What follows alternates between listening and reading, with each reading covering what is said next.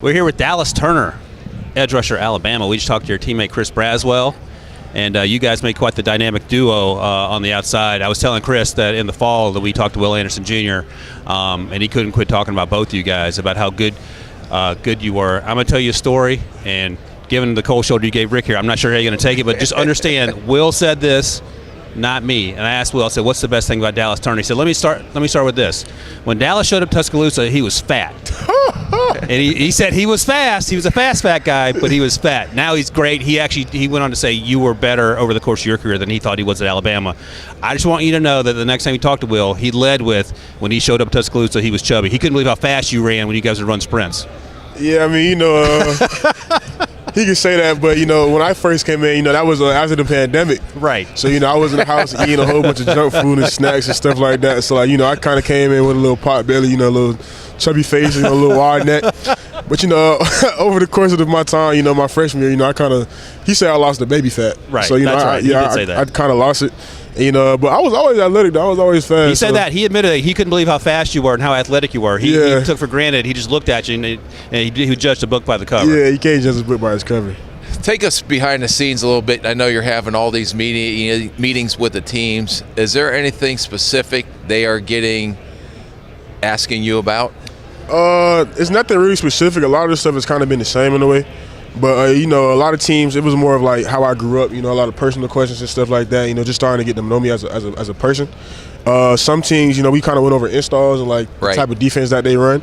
And but the majority of them, we watched a lot of my film, good and bad plays. And, we just coached them up on like what we was doing, the type of defense we was playing, and like the type of runs we was playing too. I mean, the type of adjustments we was making too throughout the play. So, it was really that for us.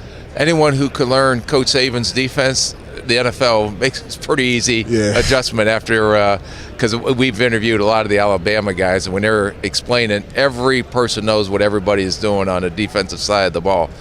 I have to ask you this. Were you surprised when you heard of the Coach Saban retiring? It kind of was surprising at first, but like I wasn't surprised. Like he's been coaching since before I was born, so you can't coach forever. So I kind of understood where he was coming from and stuff. Like I kind of just understood it, and like I kind of soaked it in kind of fast, if that makes sense. So Is there one Coach Saban story that you can share on the air?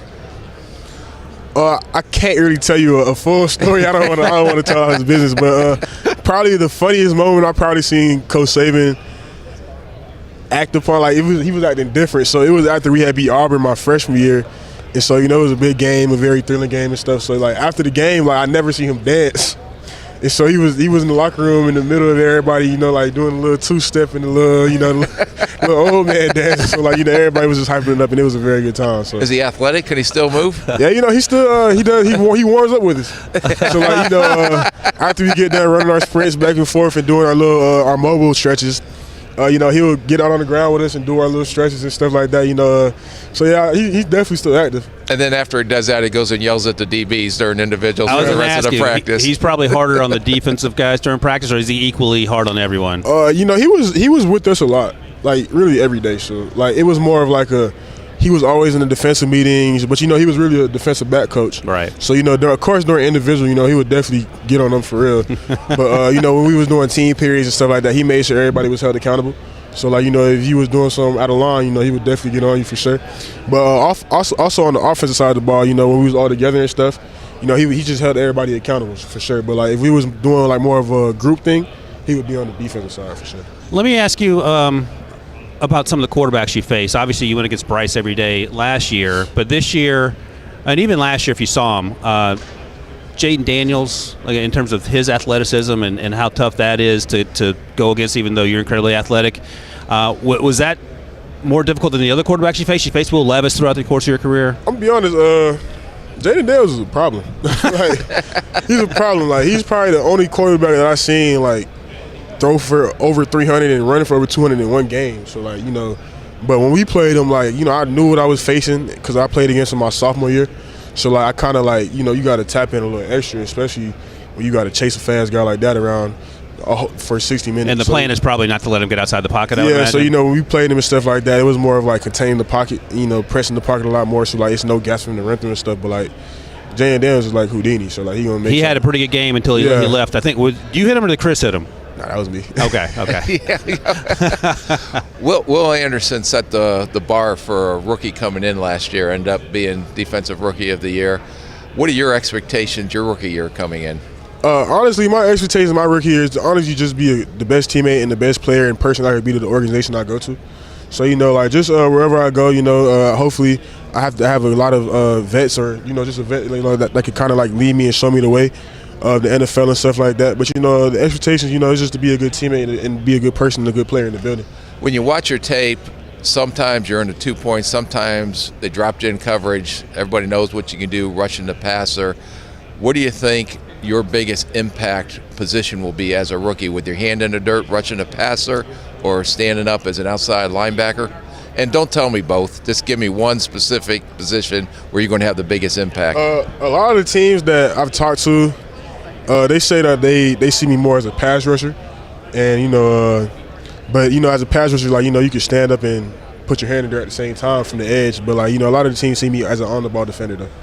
All right, I'm going to ask you a couple of social media questions here they want me to ask you. So I'm going to go through these rapid fire, whatever the first thing that pops into your head, and hopefully this won't offend you. Am I answering them, or is he? You can answer it quietly in your head. Let's hear what Dallas has to say, all right? All right, who's your football GOAT? Sean Taylor. Oh, that's a great answer. All right, who's the quarterback you're most looking forward to sacking? I'll tell you this, Will Anderson was very excited about the opportunity to play Carolina Panthers when he found Bryce was going to be there. I ain't gonna lie, it's really a mixture between Bryce and Pat Mahomes. Okay. Like, I never got to hit Bryce before in practice. So but it was a bunch of times I wanted to. But right. If I would have, I probably would have. You have a little pent up energy towards Bryce. Yeah, it's a little. He just made me look stupid a couple times in practice. What's the weirdest thing that very few people know about you? I know how to cook very good. Oh, that's a good thing to be weird about. Yeah. What's the last show you binged? The last show I binged was probably BMF. Okay. You know what that is? I have no clue. I don't know. I'm just sitting here listening. Yeah, it's a show on Hulu. Oh, okay. All right. And finally, if you weren't going to be in the NFL, what would you be your line of work? What do you think you might be doing? I'll probably be in school right now still, but probably following the footsteps of my dad. Probably be on Wall Street. Something like that, yeah. Okay. All right. I love it. All right, Dallas Turner, Alabama edge rusher, soon to be NFL edge rusher. Dallas, thank you so much for your time. Thank you for having me. Thank you.